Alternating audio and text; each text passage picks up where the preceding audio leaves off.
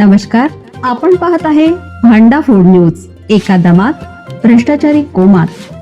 Social media, कर्जबाजारी, गुन्हेगारी, सट्टेबाजी, चोरी, मटका, जुगार, दारू, सावकारशाही, न्यायाच्या प्रतीक्षेत प्रशासन.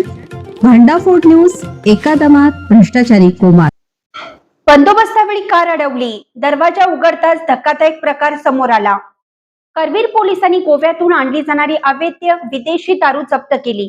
कळंबा नाक्यावर जीप अडवली. 8,77,290 रुपयांचा मुद्देमाल जप्त करून चालक गजानन दिनकर पाटीलला अटक करण्यात आली आहे. कोल्हापूर जिल्ह्यात अवैध दारू वाहतुकी विरोधात करवीर पोलिसांनी मोठी कारवाई केली आहे.